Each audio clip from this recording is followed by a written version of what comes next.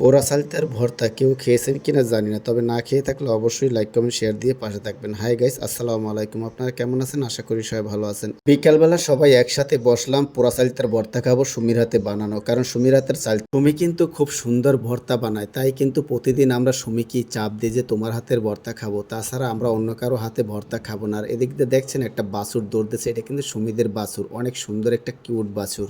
এখন আপনাদের যে চারদিক ঘুরাই ঘুরাই দেখাচ্ছি, এটাই কিন্তু সুমিদের বাড়ি। আর সুমিত যেখানে বসে কাটাকাটি করতেছে এটা সুমিদের ঘর। হয়তোবা অনেকেই ভাবতে পারেন যে সুমির ঘর দুয়ার এত সুন্দর, না জানি সুমির কত কিছু আছে। আসলে কিছুই না, সুমি কিন্তু একটা ছোটখাটো জব করে, সেই জবের টাকা দিয়েই কিন্তু সুমির সংসারটা চলে। আসলে আমরা কাউকে বুঝতে দিই না। এখানে দেখেন সুমির কিন্তু চালটাটা প্রায় কাটা শেষ, একটা কাটা শেষ, আর একটা হাতে আছে। আর কিছু কিছু জায়গায় কালা দেখতেছেন, ওটা কিন্তু পোড়া দাগ, বুঝছেন? কেউ কিছু মনে করবেন না। আর এখানে খাওয়ার জন্য দেখেন কত গ্রাহক বসে আছে। তো আজকে আমাদের ভিডিওটা এই পর্যন্তই। সবাই ভালো থাকবেন, সুস্থ থাকবেন। আল্লাহ হাফেজ, আসসালামু আলাইকুম।